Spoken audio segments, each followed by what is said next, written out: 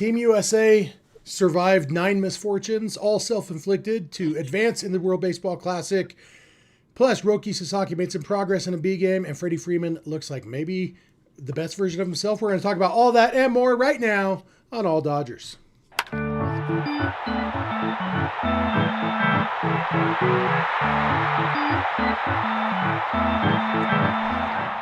Hey, coming at you live from my mom's basement here in beautiful Pleasant Grove, Utah. This is the All Dodgers podcast, part of the Believe network of podcasts, brought to you by FanDuel. I am Jeff Snider. It's not just me. I've got 2 friends with me.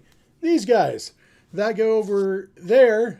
That's Clint Pasillas coming. I'm underwater from his mom's basement in beautiful La Puente, California, which is apparently underwater. And that guy over there is Kevin Skinner coming from his mom's basement in undisclosed locations in Illinois. We are the All Dodgers team, and despite the name being All Dodgers, we're going to talk about some things that, some people who aren't on the Dodgers here a little bit. Mark DeRosa was never on the Dodgers. Mark Loretta was, and they were the same person back then. But Mark DeRosa was never a Dodger, and Mark Loretta is probably glad he's not Mark DeRosa right now, because D-Ro, Clint, managing Team USA, and Team USA could use, I saw someone on Twitter saying they need a travel ball dad, the guy who at every tournament, he does all the calculations, knows exactly, who's seated in what pool and what you need to do to advance. Our guy, his name's Mike. He actually coached in the College World Series this last year. He runs regression analysis and stuff figure out who we're most likely to play in the bracket and everything. Travel ball dads get it done. It's crazy, Clint, that somebody said, yep, we advanced, and everybody just said, okay, cool, and didn't get out their hashtag math baby calculators, I don't know who did the hashtag math for them. And my underwaterness should be done in about 1 minute left. It's uploading a file. Yeah, I don't know who did their math, but they decided to win that game and then tie one on late-ish into the night in that winning clubhouse, Team USA winning clubhouse. And then for D-Ro to go talk to his MLB Network boys and tell them, yeah, we got this. So we take some guys off their feet. So you got scenario 1, you got that's saga 1, that's chapter 1, and then you get into the game, and the lineup is very much a B lineup. Yeah, it's all a lot of good players, living players, all that kind of stuff, but you got a B lineup in there. It's not the lineup that can help put the most points on the board, and right away you think, maybe he doesn't really know. Maybe this guy doesn't know what's going on, and then, oh man, the Team Italy, they're packing it on early and often. And then MLB Network pulls that video and they try to hide from it, and that just makes it blow up more. Italy handed them a gift today. Vinnie Pasquantino, Aaron Nola handed Mark DeRosa a get-out-of-jail-free card tonight. But that is embarrassing, and I don't know, unless they win the title, I don't know that D-Ro is the dude the next time the tournament rolls around. Kevin, I think even if they do win it all, I think D-Ro's done. There's losing, and then there's embarrassing the national team, which is what he did. I know Team USA is favored to win, or was at one point, and I generally didn't really care about Mark DeRosa being the manager because I don't think managers really matter too much in the grand scheme of things. But to not know the winning scenarios, if you're even in the quarterfinal, but then also to basically tie one off just because you made the quarterfinal, that's can you if the Dodgers, clinch on the last day of the year and they just get blacked out drunk and just can't function the next day, everybody's laughing at them. It's what are you guys doing? You've been there, you've done that, continue to act like adults. And the national team just didn't do that. It's a bad look. And like I said, I didn't really care before, but now I'm thinking maybe we do need an actual manager for this, because we can't have this happen, especially if they put baseball in the Olympics. Oh my God. If they allow that, and this Yeah. chicanery keeps going on. Oh God. Kevin's dropping chicaneries, so that's how serious this is. I don't have an issue with what the players Nonsense. did staying late after the game, because it sounds like it's not like they were partying, they were bonding, and yeah, they did think they'd advanced, but I don't think there was a lot of hangover among the players. It was the hangover lineup, and that was clearly, yeah, It was, like DeRosa so says, funny. he says that he knew that he just misspoke, like, And then he said it was miscalculation. He didn't know. He did yeah, not but he know. says that by the time the game started, they did know that. So, but yeah, I feel like that is an obvious and blatant lie, So even if he didn't know, so my favorite part of this whole thing was watching Yankees fans lose their mind as Paul Goldschmidt was in this lineup against a right-handed pitcher, and they're like, does everybody understand that he's like one of the worst hitters against righties? And so even if he knew in the second inning, the fact that Goldie didn't get pulled immediately tells you that it was still poorly managed, even when he did find out. Well, I don't think he knew in the second inning either. I don't think there's any way to say, yes, I know we need to win this game, and I'm choosing to put Ryan Yarbrough in it. Yeah. The Ryan Yarbrough, that's a punt. The only way it would have been more punty is if Clayton Kershaw entered that game, which he was warming up to do, mind you. But also, it tells you late into the game they didn't quite know what was happening when you start the stage rally and Goldie gets on, and they don't pinch run for him. He's as old as Jeff, and that's old. We've seen the pictures. All the AI makes the beard hair so gray. Goldie's old. He used to ride 2 dinosaurs to school. But yeah, it's like I said earlier, man. This was a get out of jail free card by Team Italy, and can we talk about Team Italy a little bit? Because sitting here watching these games pretty intently the last 2 nights, that's a fun baseball team.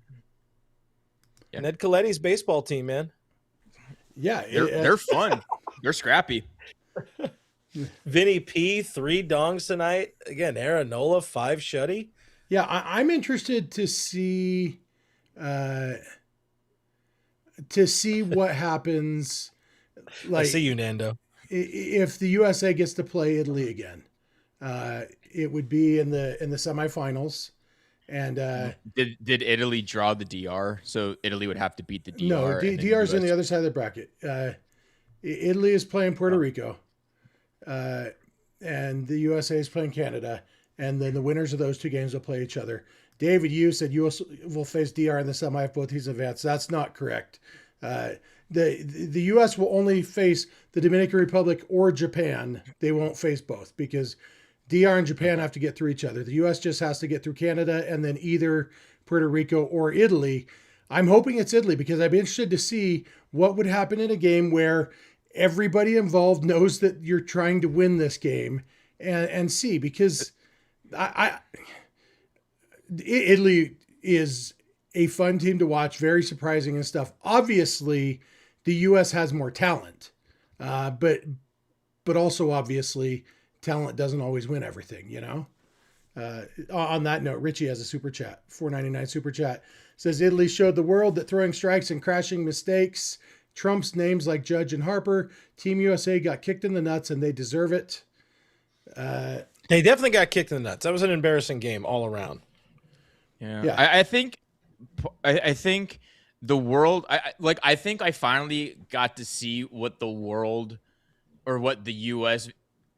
How the U.S. views the Dodgers as a team, like kind of sleepwalking, not that exciting. Like they don't get up. Like Aaron Judge is like, they were like, look how animated he got. He kind of just turned at the dugout and was like, yeah.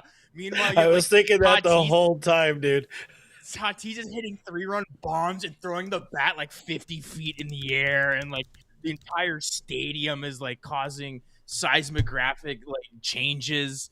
So I was like, yeah, the Team USA is kind of boring, and it's if they need to wake up a little bit because everybody else really wants it, and it's kind of feels like the Team USA, at least outwardly, doesn't want it as bad as the other teams. I do have to say I did misspeak, by which I mean I was wrong.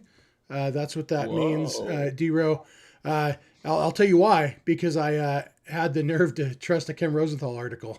Don't know why I do that. Yeah, people didn't know anything this morning, and they were pretending Rosenthal's they could figure it article out. said that it was set up so the U.S. would only have to face DR or Japan, but no, correct. If the U.S. beats Canada, they would play the winner of Korea versus the DR. Yeah. Yeah. The quarterfinal. So you got Korea versus Dominican, U.S., Canada, and then Puerto Rico versus Italy, Venezuela versus Japan on the other side of the bracket. Yeah. A lot of good games. Yeah. We had a comment earlier from Nando. He said DeRosa is technically right now. They did punch their ticket. It reminds me, last weekend I drove past the spot where I got my first ever speeding ticket 30 years ago. I got a ticket for going 80 and a 65. Well, speed limit there is now 80. So by that same logic, You weren't Mark wrong DeRosa's just early. right. Yeah. I was just ahead of my time. Mark DeRosa was Never just wrong ahead of just his early. time. That's how much confidence he has in his team. That's what a great manager he is. He knew that they were going. I think our boy IB Stroking in the chat saying just looked outside. Yep, hell froze over because Jeffrey, not Jeffrey, admitted he was wrong. Well, no, I think he's saying because I was wrong.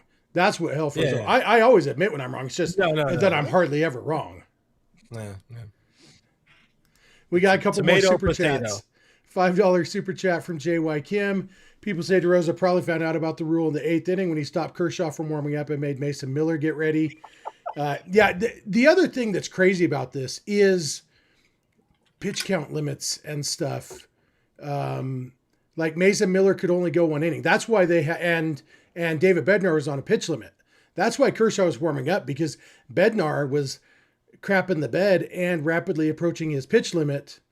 And they knew they couldn't really bring Mason Miller in that situation because they needed him to pitch the 9th inning. You don't want to use, if he's only got 1 inning, you definitely don't want to waste it on a partial inning. And so that's why Kershaw was up. It was like, and that's what Kershaw said coming into the tournament. That's his role on this team, is if they get desperate sometime, I'm ready. And that's kind of why he was warming up. I think everybody, including Kershaw, was probably relieved that Bednar got out of that inning and they didn't have to use him. So we're just not seeing, unless they are in a blowout, we're just not seeing Kershaw in this at all. No. I presume. Yeah. And Now that everything's it's Getting now into more- officially elimination, guys. I think we can confidently say that. Diane says, I sound like her ex-husband, never being wrong. Hey, why'd you divorce him if he's never wrong, Diane? Come on. You had the perfect man and you divorced him? What's wrong with you, Diane? Jeff's getting agitated. Let's move on. Let's talk about as I just learned minutes ago, espresso if you're Todd Father. We got, I think Raul had a super chat for us talking about the espresso shots and Vinny P being caffeinated up. Like, what's in those, man? They got the good stuff in that dugout. They could be decaf. Yeah, I don't see why they would. All players aren't going decaf, man. You got to figure, back in the day, baseball players, in the good old days, in Jeff's good old days, they used to throw speed in their coffee, get them coffee back in that dugout, and they're going to have a good time. I can't take credit for this comment, but I laughed when I saw somebody had posted something along the lines of like, I have 3 shots of espresso in 2 hours and I have a problem. Vinnie Pasquantino does it and he's just a guy. It's like, it's pretty funny. Yeah, Vinny P, by the way, those stretches, he is playing some first base. I will tell you what.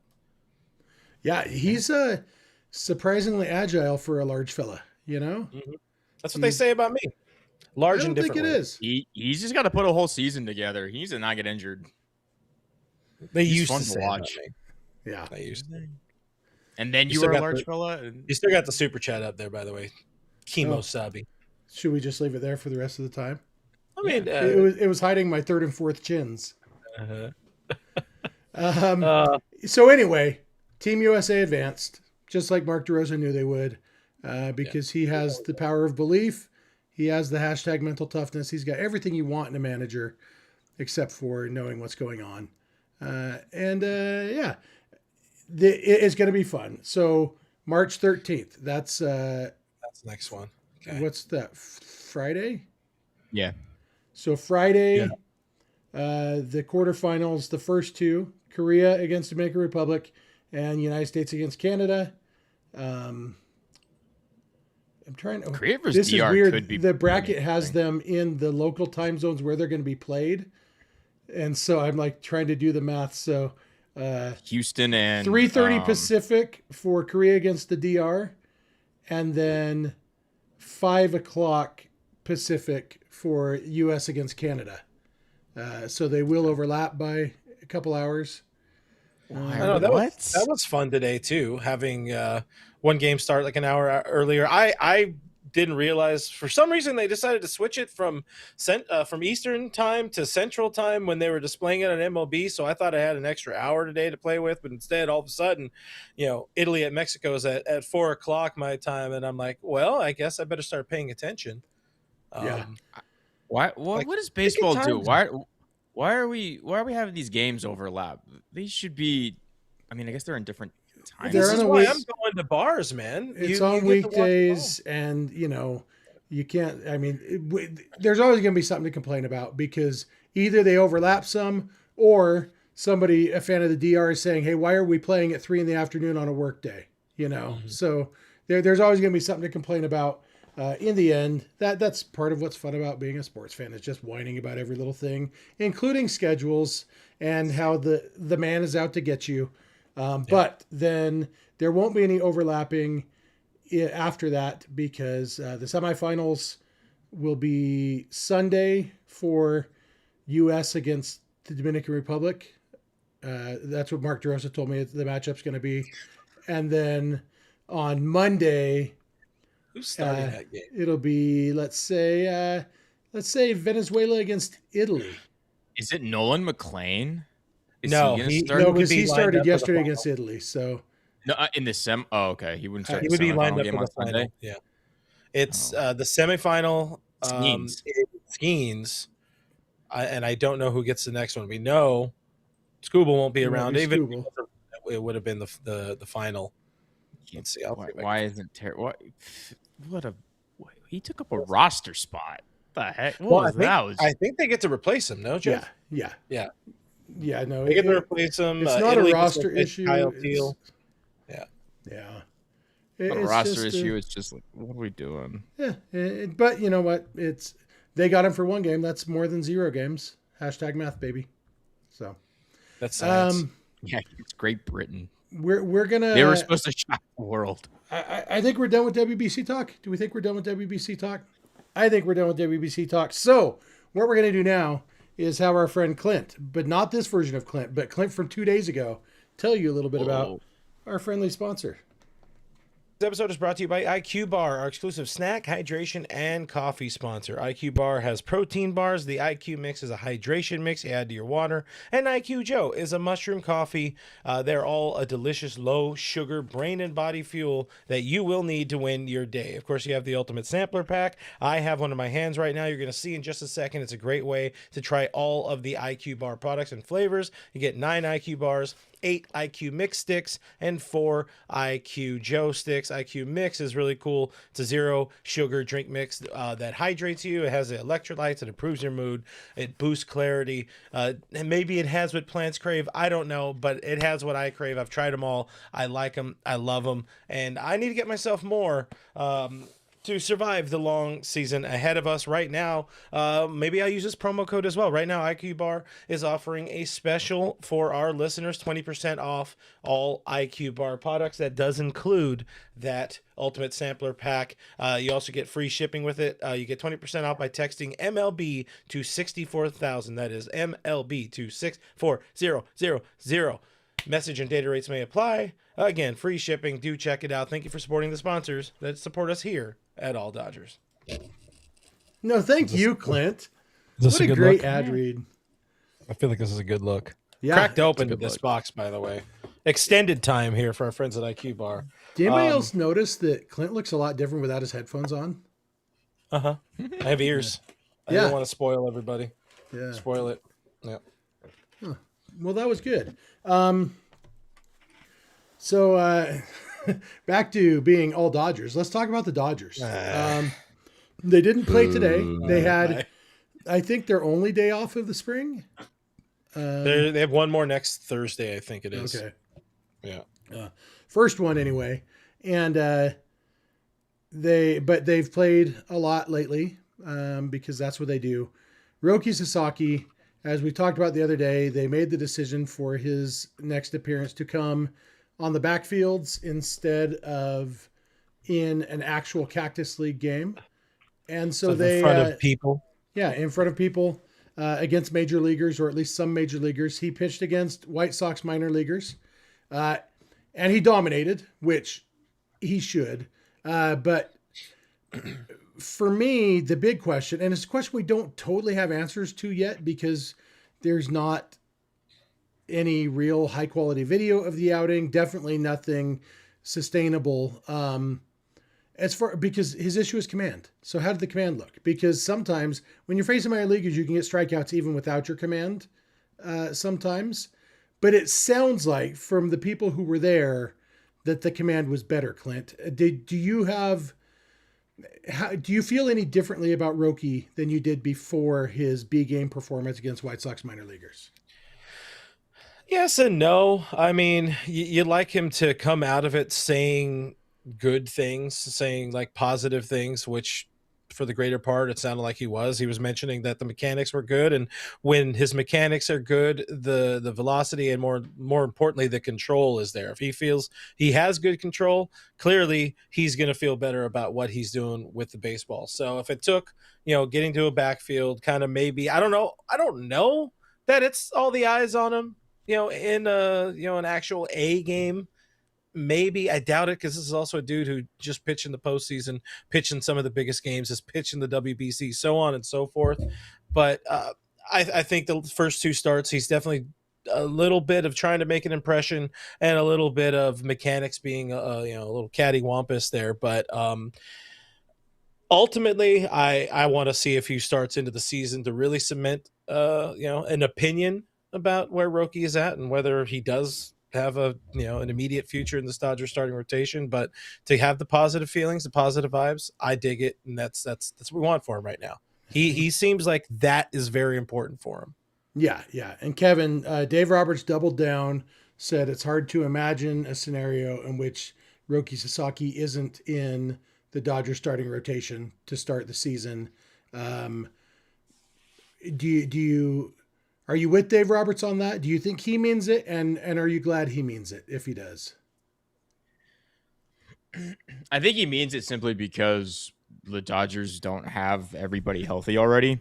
So they kind of need the arm as a pitcher. So I think he means it. I'm personally glad he means it because I think the best way that Roki's going to develop is against major leaguers. I think if anything, the outing on the backfield just showed that he's, probably too good for the minor leaguers. I don't know what he could really improve down there. I forgot who. I've been trying to find it. I can't. But supposedly yesterday, that is, he spammed his forkball, which got a ton of swing and miss, which it should against, minor league talent. But his fastball command still was a little spotty. I can't remember who said that. So I apologize. Dave said he liked it. It was the most electric he looked. But to the question of, am I happy? Means it? Yes. Because I think he needs to. That's where he needs to prove it. If you have a disgusting pitch that minor leaguers can't hit, then that's that you expect good results no matter what. So even if he puts up good results, you're like, okay, cool. It's whether or not he can do it against major league hitters. And it's nice as a good of a confidence booster as the on the backfields against minor leaguers can be. Still need to see more of it. I need to see him start another game, and I need to see if his fastball can, if he can locate it. Because if I only saw one person say anything about his fastball, and they said it was spotty at best or something like that. I don't know what that means. Because we don't have numbers or anything to look at for it. So like if he was still spraying it all over the place and just leaned on this one disgusting pitch, then that doesn't tell me a whole heck of a lot. Yeah, And unless B hitters are going to swing at that, by the way. yeah, Go but ahead, John. if the disgusting pitch was being commanded, that would be a process, because it's not just the fastball command that has struggled; it's also the forkball command. And so, If it was literally any other pitch besides a forkball, I would agree with you. But the nature of the forkball is it's very, very hard to locate, just in general. So he would be one of a very few pitchers, potentially ever, that could, properly land that for a strike, or at least consistently land it for a strike. well, and I'm not saying land it for a strike. I'm saying throw it where he wants to throw it, which is what command is, and I think he can. I don't think that obviously it does move differently, but yeah, I don't know. So yeah, I think the bottom line is we need to see him in a game that's on TV again to see how things look, because we've seen him make adjustments in game and go from looking terrible to looking really good, and so. Yeah, the next thing will be Jerry Hairston made an interesting point on their show. Tonight was the first episode of the new show with Doug McCain and Fabian Ardaya and Jerry Hairston Jr. Maybe they didn't pick the best time to debut their show while 2 WBC games were going on. But Jay Hare was talking about the fact that he believes that Roki has what he needs to have mentally, and we saw that in the postseason last year. I agree. And so it's just a matter of locking it in mechanically. Like he thinks that Roki's issues are physical, meaning mechanics, not injury wise, but just mechanics wise, more than mental. And I mean, there's a blend. I in my opinion, I think there is a blend, because we saw a couple of the postseason outings. Thankfully, Dave saw it pretty early as well, and pulled Roki. But if Roki doesn't have a B plan right now, it feels like if he doesn't have his A stuff or something close to it, he doesn't know where to go to try to manufacture outs, to try to get 3 or 15 outs, and that's. And when he doesn't have that, I don't want to say he completely turtles, but it feels like he doesn't quite know what to do when things aren't going the way he wants or the way he expects. Still young, still has a long way to develop. I'm not saying that that's going to be a problem for all of his career. That's just my opinion of what I'm seeing right now. And for me, I think that has more to do with only having 2 pitches that he feels good about. And if 1 or 2 of those 2 aren't, it's not so much a mental thing. It's that there is nowhere to go. If you only have 1 or 2 pitches, if you only have 2 pitches and 2 of them aren't working, you can be as #mental tough as you want to be, and you will still have a bad game, because guts and will don't get guys to swing and miss at bad pitches. And so if all you can throw is bad pitches, you're going to have a rough game. But I don't know that Jerry Hairston has any more insight than most people into Roki's psyche. I don't think necessarily he has any more chance of being right when he says that Roki has the #mental toughness that he needs than anybody in the YouTube chat saying Roki doesn't have the #mental toughness that he needs. We're all just guessing. And that's why for me, I am much more interested in the hashtag fastball command than the #mental toughness. Ken has a good chat, by the way. He said, "I think command fixes mental, not vice versa." I agree. I think they're like related in parallel, but they don't need. He needs the command for sure to have the mental going well. I would agree with that statement. Yeah. To give Jay here a little bit of credit, he was a former major leaguer, so I mean he knows. What goes through a hitter or pitcher's mind. He knows what went through his mind, but there's been 25,000 Major League Baseball players, and they're all unique people, just like the 3 of us are unique people. Like they do have similarities that gets them to the big leagues, but Jerry Hairston grew up in a Major League clubhouse with a dad who was a major leaguer, and then was a utility player in a big league team. Jerry Hairston never played in a foreign country like Roki Sasaki is. I don't know if Jerry later in his career went anywhere else. I don't know, but he didn't come over as a highly touted rookie in his early 20s playing in a country he'd never lived in before. All the things, like Roki's situation is about as different from Jay Harris as you can get, which isn't to say, obviously you're right. He has insight as far as being a Major League Baseball player, but insight into Roki's psyche and his mindset, I don't think he has any more insight than any of the rest of us on that. Both are guys that needed to prove something at some point, because like you said, if Jerry Harrison wasn't a highly touted major leaguer or minor league prospect even, then he needed to prove that he was, worth a major league roster spot, which I'm sure Roki feels the same way, because he, like you said, coming from a different country, he needs to feel like he belongs on a major league roster. And pitching in the World Series as well as he did, he did have some bumps, but I'm sure helps. And the other, to the other part of Jerry Harrison's comment about his mechanics, the one thing that I can fall back on is like every pitch that we at least last saw from Roki Sasaki when he was missing was all arm side, which is kind of a very mechanical issue. Again, we don't know if he fixed anything because we didn't see anything. So people saying he scattered some fastballs, I don't know where they were scattered, so nobody can say if he improved on it, but that at least tells me that it is probably a mechanical issue if he's just throwing everything, like all the misses were just like way to the right. Well, yeah, and that's like scattering sounds like an improvement, because it's like our arm side, high and inside, every pitch is not really a scatter. So this is a quote from via an interpreter, via Will. Or I think he has his own interpreter, and this was published by Bill Plunkett. I keep doing the same adjustments I made last time, and also actually added a few more adjustments in different spots. They made me move better, and that's a big thing too. I saw him. I was right in the camera well right next to him at Camelback last year, and he was doing a lot of like leg lift and hip stuff. He is still trying to get that upper body and that lower body synced up. He was doing it then, and we're seeing it now. I don't know how much he worked, in the off season. That's probably another thing too. Like maybe he's still just kind of taking this time to ramp up. I don't think he was, knowing that he wasn't going to pitch in the WBC. He probably wasn't as built up as say like Yamamoto is or was coming into camp. Maybe that's sort of a thing as well. I think we are not in like red flag territory yet at all. It's piecemealing, upper body, lower body, and then we've seen the stuff where we don't need to be worried yet. I'm going to ask a question. I want all three of us to think of our answer, so we're not influenced by each other. And then we'll say it at the same time. Well, we won't say it at the same time, but honor system, don't lie about what you said. What is the date that if Roki is still struggling, you will say it's red flag territory? Come up with what date. That one. It has to be in 2026. If you're trying to push it back to 2027, you're not a good podcaster.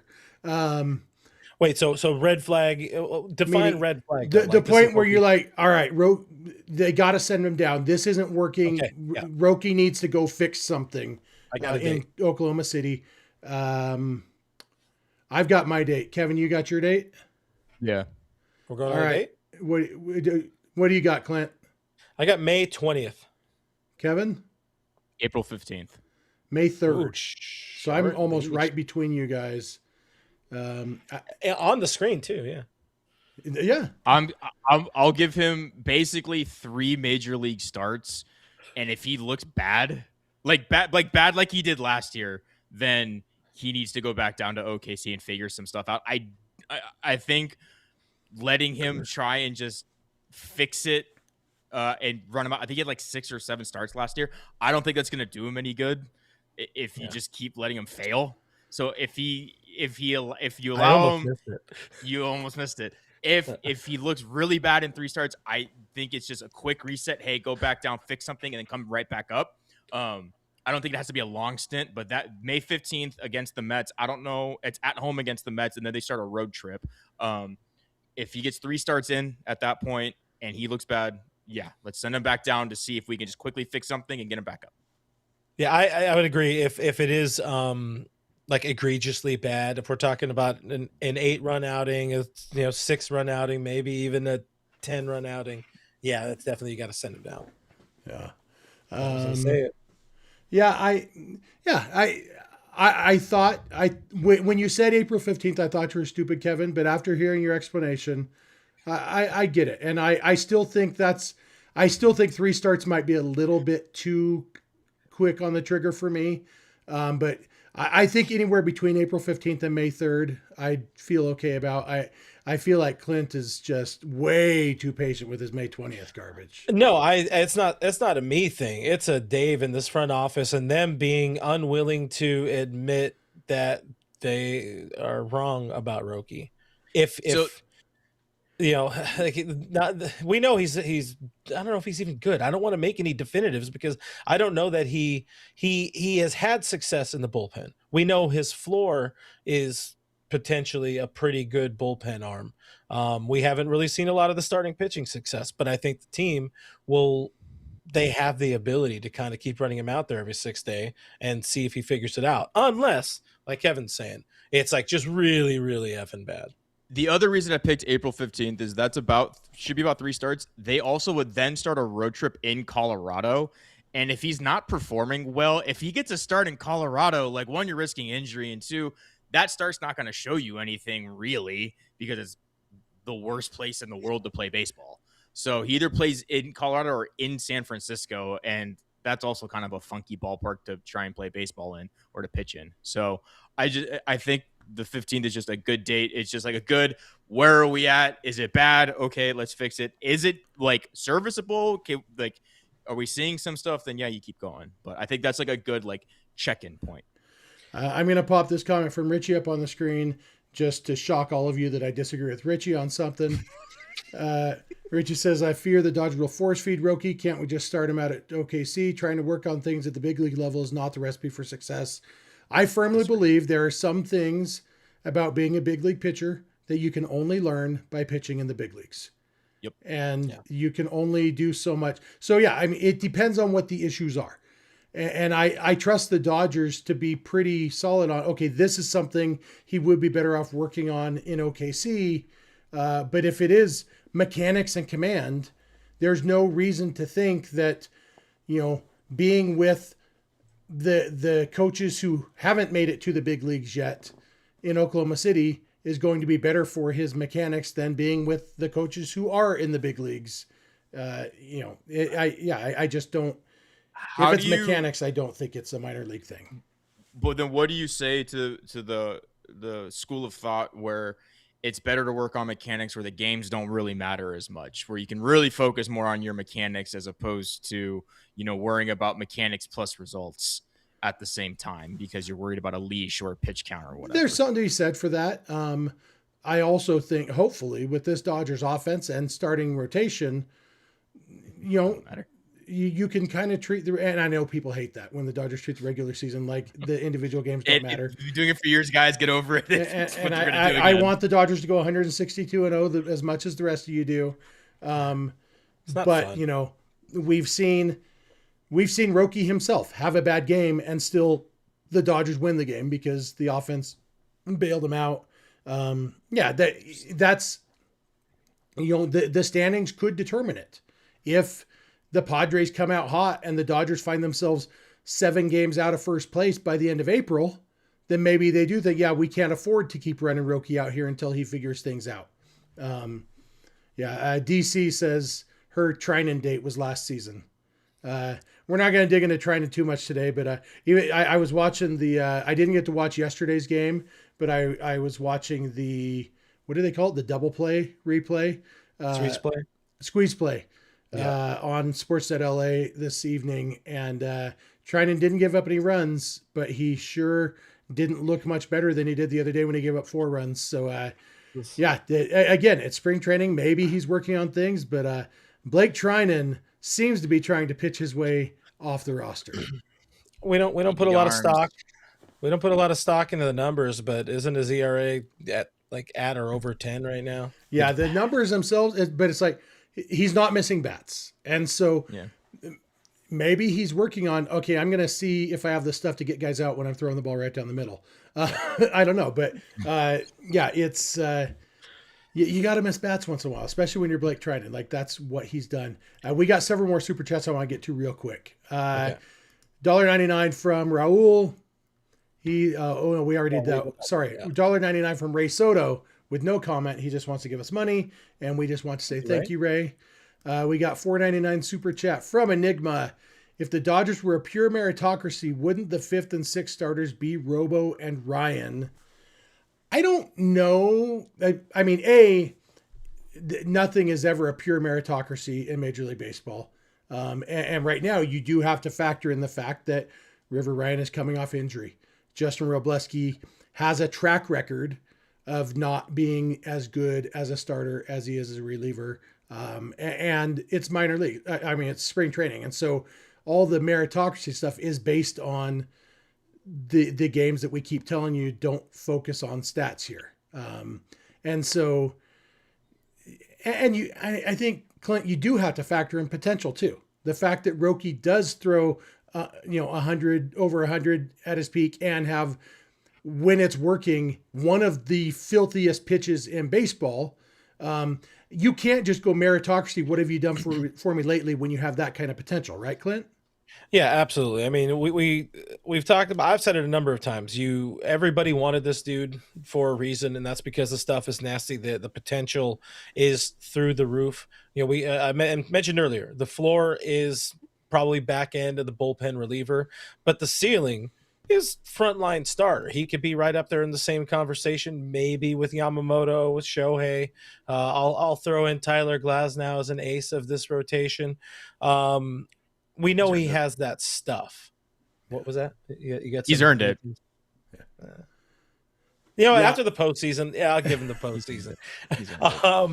But a little bit of a dog as well for pitching in relief for the first time in a long time in his career. But to Roki, you don't pull the and these games don't mean anything. Yeah. For the Dodgers in April, in May. Yeah, losing sucks, and watching Dave or watching the team punt a game, it's going to be frustrating, and we're all going to come here and complain about it. Make sure you guys hit that thumbs up button. People are going to get mad at me for saying it's only one game. This is fair. People are going to come here to tell you to shut up, that it's just one game. We're going to remind people that it's just one game, but it is just one game in the regular season. Chances are that's not going to affect the outcome of them making to the postseason. Do you remember how grumpy people were all season last year?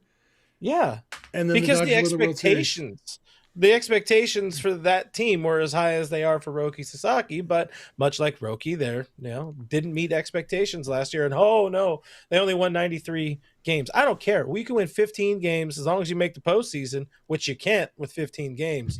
If you make the postseason and win a World Series, that's all I give a crap about. Yeah. And a frontline starter is so much more valuable than an elite 8th inning guy that it's absolutely worth the Dodgers giving it every chance to let Roki meet that potential if possible. The tricky part will be if it comes time to pull the plug, figuring out when that is. I'm pretty confident that Roki's going to make it as a starter. I love that he has that backup plan as an elite back end reliever. I think he's going to be a good starter. I think he's going to get there. I'm not there yet, but I was trying to run through my head in scenarios in which a team wouldn't run Roki out. Because you have the Dodgers, who are just a juggernaut with a million pitchers, and it's a meritocracy, maybe not, but his upside says you should let him. If you're the White Sox, you run Roki out there because you need to see what the kid's got to see if he could be the future of your franchise. If you're somewhere in between, like Diamondbacks, the Diamondbacks or the Giants, you still got to, because he might be your best option out of the rotation. Every team would try him out because that's what you have to do when you have a 24-year-old. It's kind of like, are you doing 6 + 6 or 3 × 4 or 8 + 4?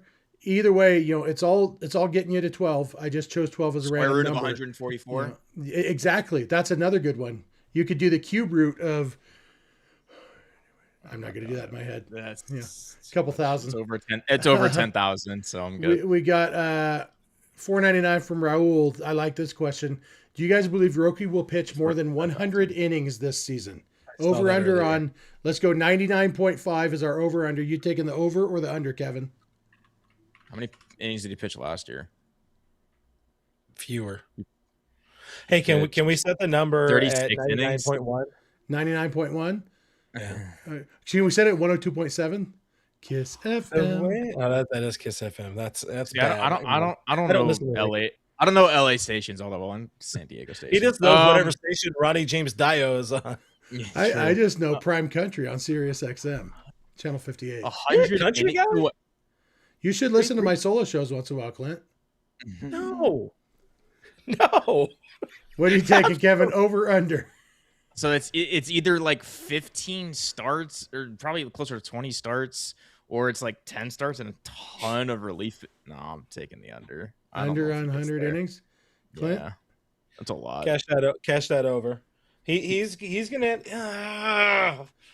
It's a 6-man rotation. He's not going to get that many opportunities to begin with. So I think it's really not going to be very much over, but I do think he will be over. I agree. He's gonna throw 50 innings, and then he's gonna throw this many more to end up at 117. 117 innings for Roki Sasaki. Write it down. Yeah, no, you can't. You can't bet on that on FanDuel, by the way, but you can bet on the World Baseball Classic. Yeah, gentlemen. Yeah. So we got quarterfinal odds. These just dropped. United States minus 720 favorites over Canada. The second best favorites in that round. The DR over Korea is the only one more favorited, that minus 820. Hyunjin Ryu's not pitching. Puerto Rico, Italy is not getting respect. Puerto Rico's at minus 134 over Italy. And Japan, exact same odds, minus 134 over Venezuela. Yeah, but Venezuela has Jesus Luzardo going, Ranger Suarez going. So they've got like it's but it's against Ranger versus Yoshinobu. Yeah. I mean, that's a playoff matchup right there. If you had to bet on one of the underdogs here, you taking Korea at plus 550, Canada at plus 500. Italy at plus 112 or Venezuela at plus 112. This one, I feel like Italy is a safer bet as an underdog. Plus, the disparity is pretty close when you're looking. I mean, I guess it's almost about the same between Venezuela and Japan without doing hashtag math. That's exactly the same between those two. Yeah, there's something about what I Italy just said right a minute now. ago. Yeah, that's true. I never listened to you. You didn't even listen to the shows that you're on with me. No, I'm just waiting to talk. Give me While you guys are talking, I'm just lefty. reading the chat, laughing. Give me Venezuela. Give me the crafty lefty. Okay, I don't know. Ranger Suarez scares the crap. Even without the odds, if you just said like which one of those four underdogs you think is most likely to win, even when without factoring in, I feel like Italy is the only one that I think has a. I mean, Venezuela's obviously got a chance. They're a good team. Yeah. But I feel like Italy definitely has the best chance of the four underdogs. I kind of sneaky want to put like $50 on Canada just for the money. Yeah. Either I helped America and Mark DeRosa with my bet. I helped them win, or you get $250. Yeah. Do we know who's pitching for Team Canada? Hamilton, if you're watching, you know what you're doing in that layover in Vegas. Do we know? That's what he's doing. Everybody here is saying Yama's going to do great. Guys, we're Dodgers fans. We know Yama can be great and still lose a baseball game. He did it a lot last year. So, it might not all fall on his shoulders. Let's see if Team Japan's offense likes him more than the Dodgers offense does. Yeah. What scared me watching Japan, I think it was the second game, was having Seiya Suzuki in center field. Like, you're not going to win that way. Yeah, you're absolutely not going to win that way. DC said Italy's coasting on vibes. Vibes are high right now, but they also blew through Lorenzen and Aaron Nola now. I don't know who's starting for them. Yeah. And looking at the overall odds, before we finish up our FanDuel talk, USA is still the favorite to win. They're at plus 130. Dominican Republic is second at plus 240. So the betting odds still like the USA a lot. Korea and Canada are down at the bottom. Canada at plus 3,000, Korea at plus 4,500. Somebody asked earlier about Hyeseong Kim's hand injury. He didn't play in their last pool play game because he tweaked his hand sliding into second. He was seen on camera during that last game clapping with no protection on his hand. So it seems like it's not very severe, and that's what we've heard, that the hand injury is nothing for anybody to worry about. It was more of a I precaution. thought they were worried he was clapping without you. Like he was clapping like this. Like he was clapping to the palm of his hand. He wasn't actually like engaging. Are His you sure he fingers. just wasn't being like dainty and Golf clapping. more of a golf clap? Yeah. Yeah. That was what I took away from that. If we're talking about the same post. See, all about context. Same words can mean different things to different people. Speaking of words meaning different things to different people, we got a couple more super chats. $5 Segue. from JY Kim. I don't think we need to question Roki's mental toughness. He has micro scrutiny with reporters tracking how he grunts and breathes. He's holding up fine. I agree. And then $5 from I Am Donovan. How does the U.S. team have such a weak bracket, and why does Italy have the harder matchup? Really what it all boils down to is that the Canada Puerto Rico pool was very weak, and so both of those teams, the U.S. and Italy, get to play the teams from that pool. I would guess, the betting odds say that Puerto Rico is a better team than Canada. The rosters probably say that Puerto Rico is a better team than Canada, but that Canada won the pool, and so the U.S. didn't win their pool, and so that's who they're playing. But yeah, it really, there's no way to do this totally equitably, because you do have to factor in geography when you're making these pools and a lot of things like that. And so ultimately, my pool is shaped like that, the geography of it. Yeah. Yeah. Did you consider turning it so it's more of a diamond than a rectangle? No, it was here when I got here. Oh. And you didn't feel like going through the work of turning it after the fact? No. I went through the work last year of replacing the liner. That was a whole thing.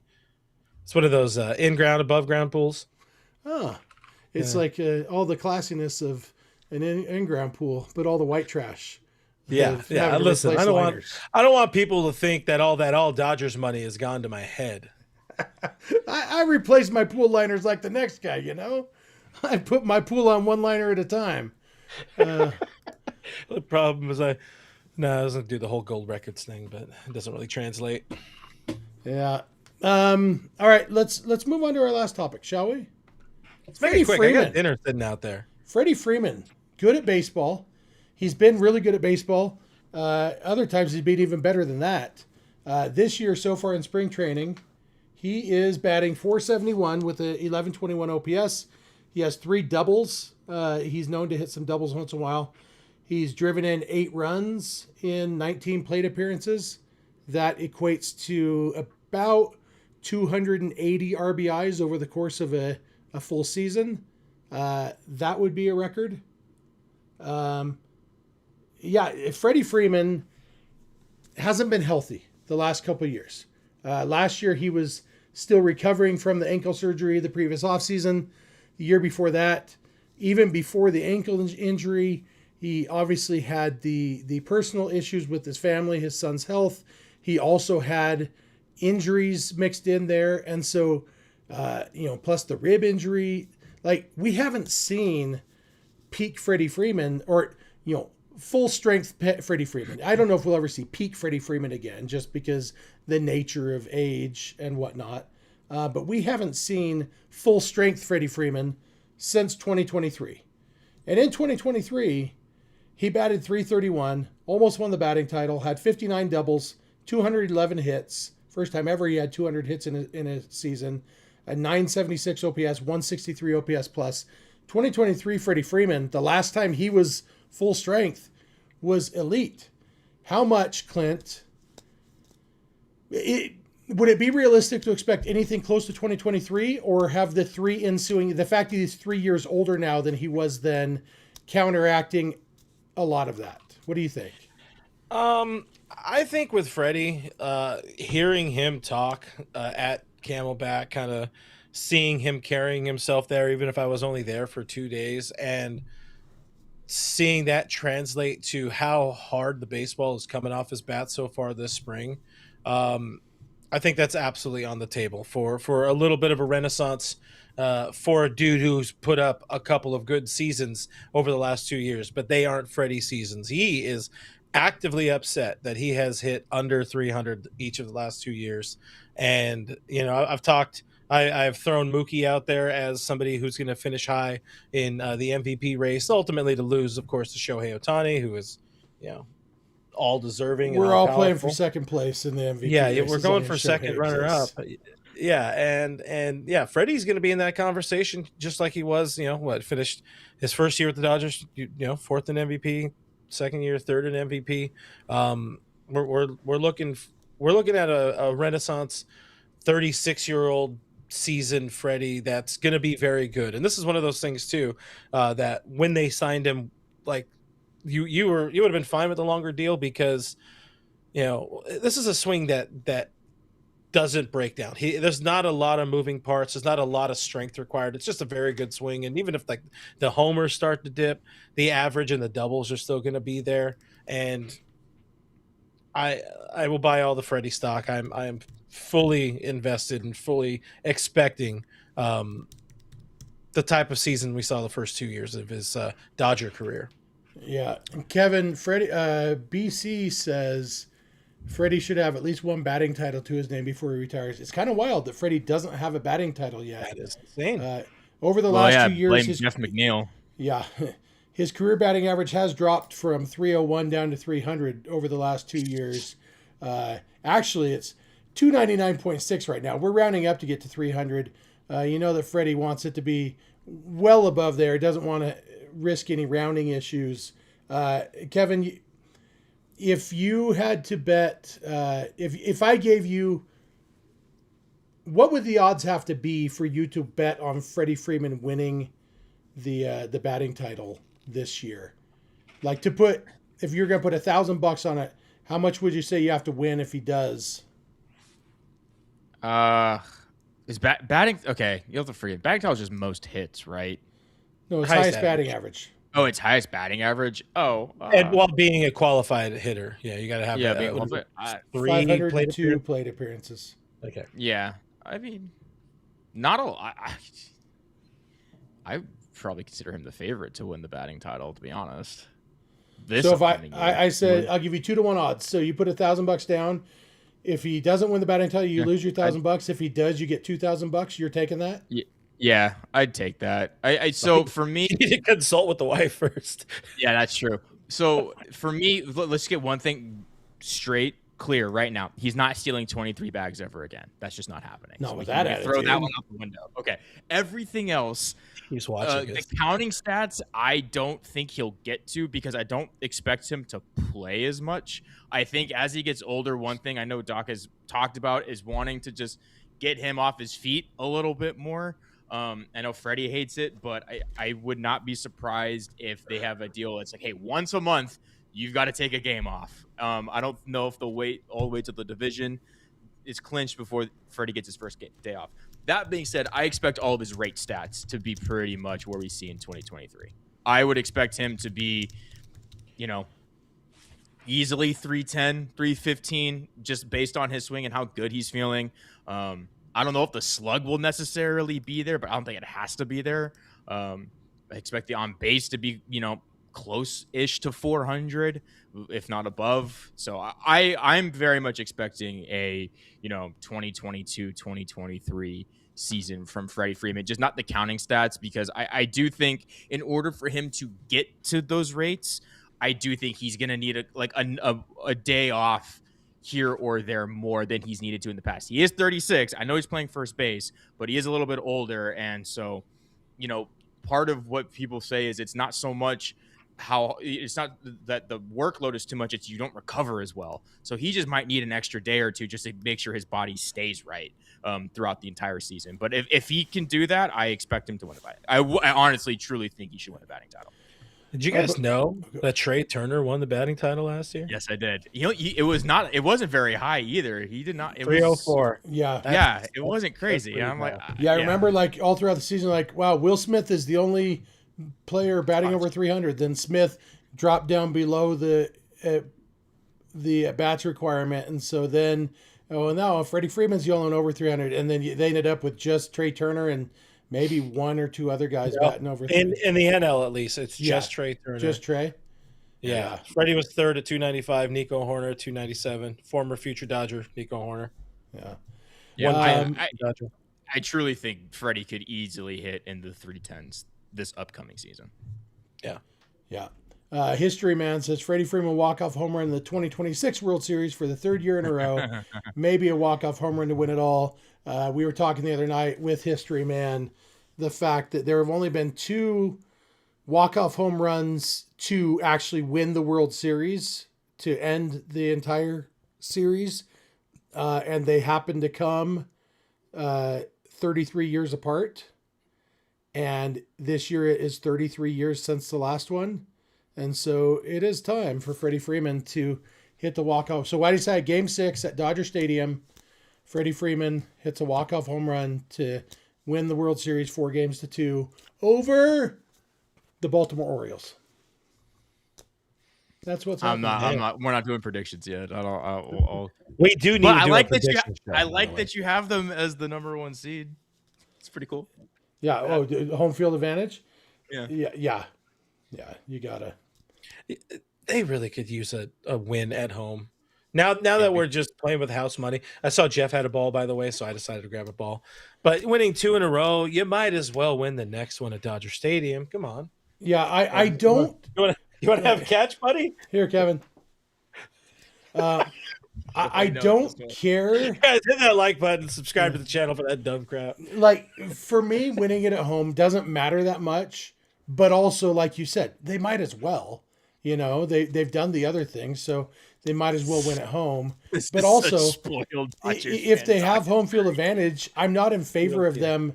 Like, in 2024, like, I didn't want it to come back to LA because then you're only up 3-2, you know? So just win it. And 2017 is when they should have won it at home because game 5, the Astros shouldn't have cheated. And so then game 6 would have, instead of just tying the series at 3-3, it would have been 4-2 for the Dodgers. I would have been there. Halloween night, Dodgers would have won the World Series.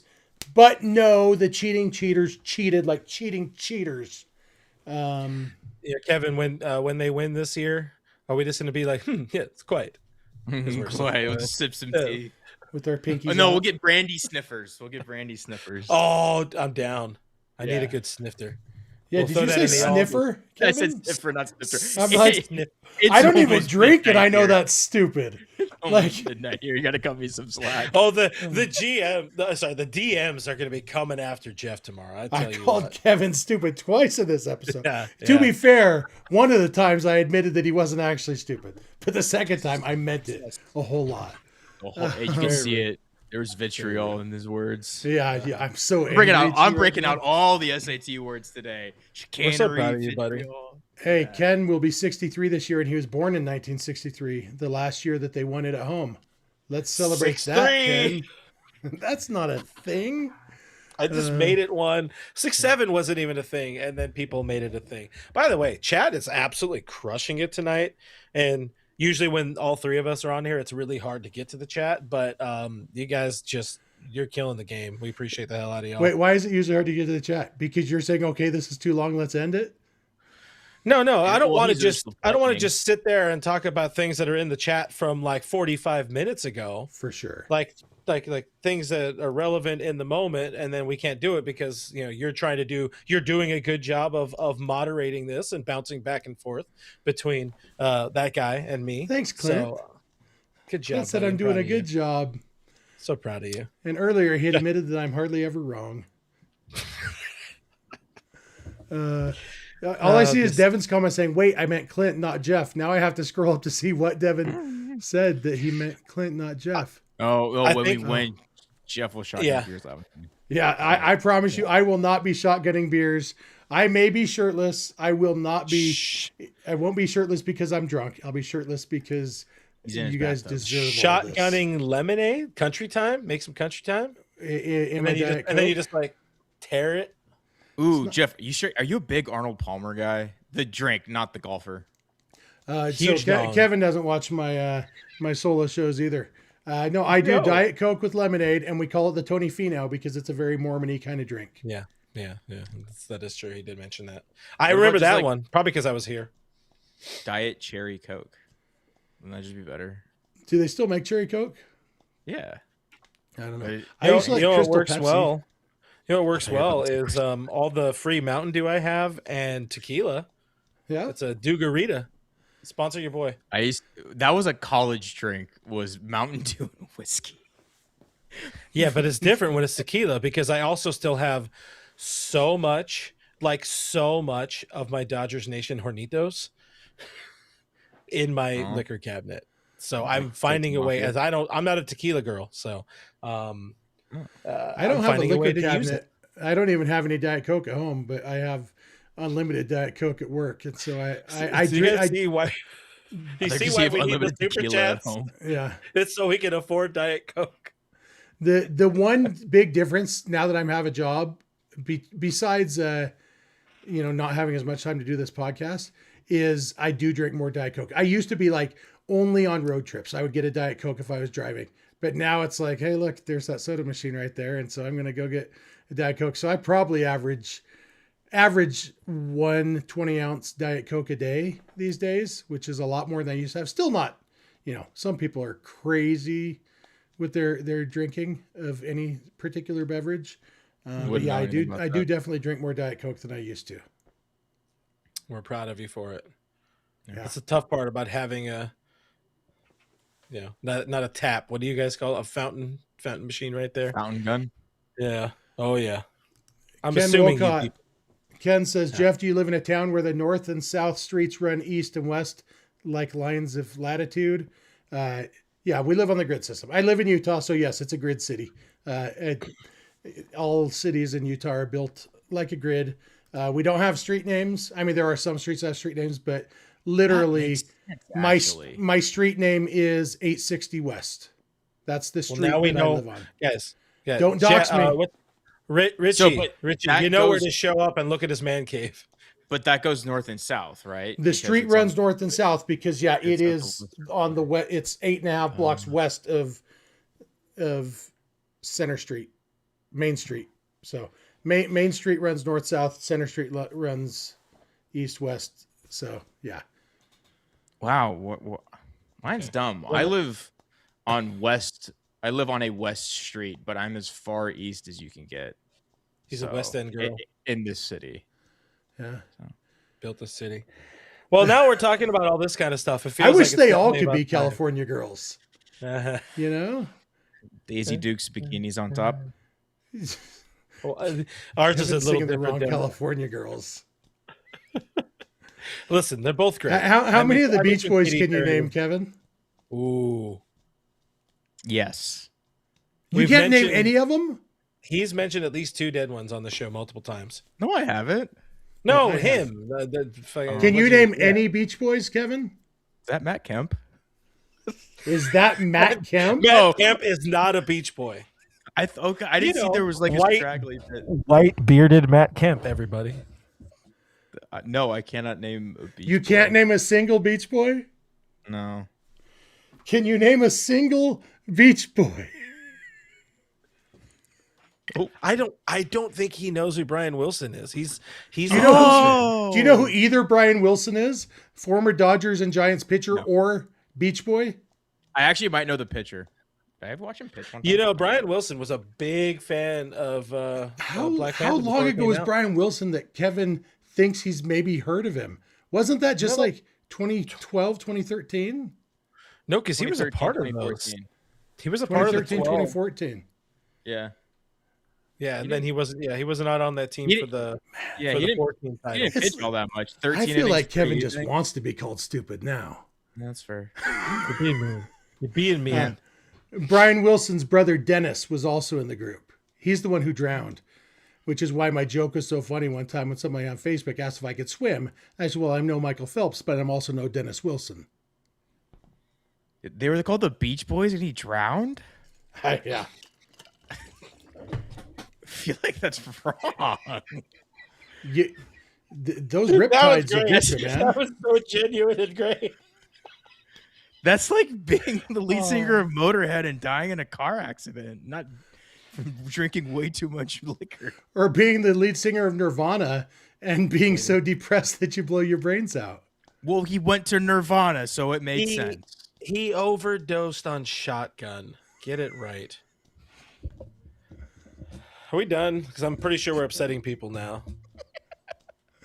Oh man, This feels like this could have been a what do we call those things that we never do that we say we're supposed to do but we haven't done? Members only show.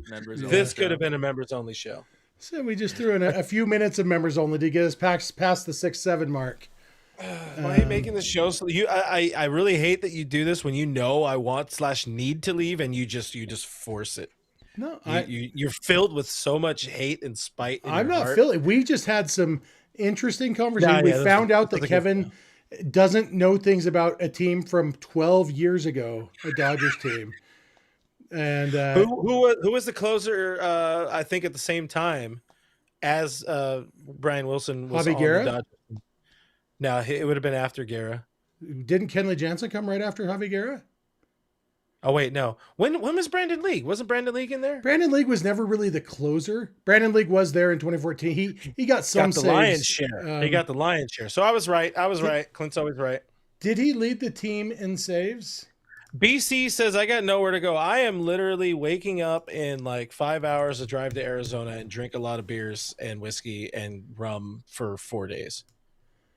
So Kenley Jansen led the team in saves in 2014. Thank you, Patty. Was it before that?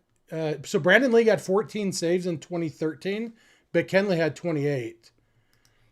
So unless it was 2012, did Brandon League lead the team? Nope, Kenley Jansen led the team So then. wasn't Jonathan Broxton the closer for a while? Jay Brox was Through 2008. Yeah.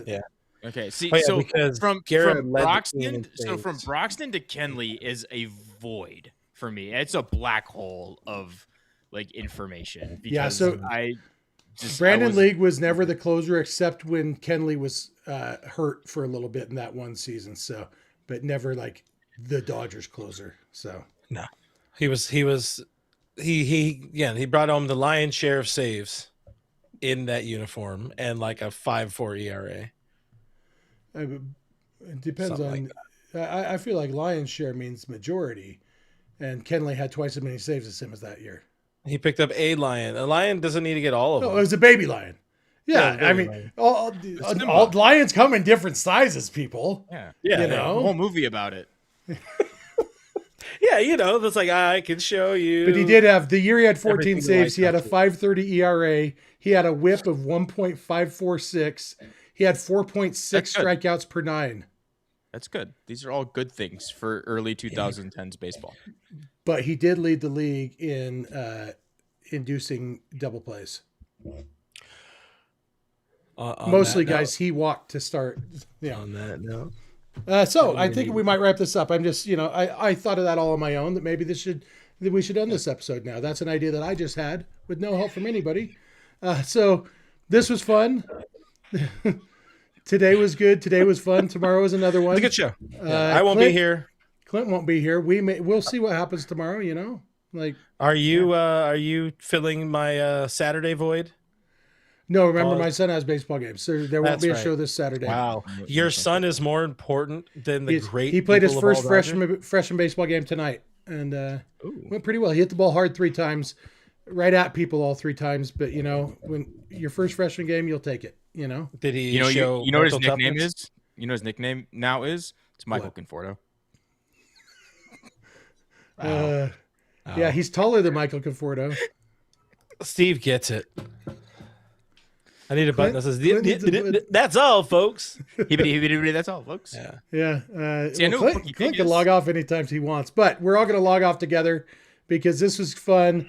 Thank you all for being here. Like Clint said, this chat was hopping tonight. We appreciate all of you. Thank you to the mods. I saw one person with some random non sequitur stuff early, and Diane shut that down. So thank you to all the mods. Thank you to the Believe Network for having us. Thank you to FanDuel for sponsoring us, and IQ Power for that matter. I don't know if we have to mention them, but I just did. And thanks to my friend Kevin there. He's on the Twitters at Skinner7Kevin. And thanks to my friend Clint over there. He's on all the social medias at RealFRG. I'm on Twitter at Snydog. And with that said, all I'm going to say is, bye. Patreon. Bye.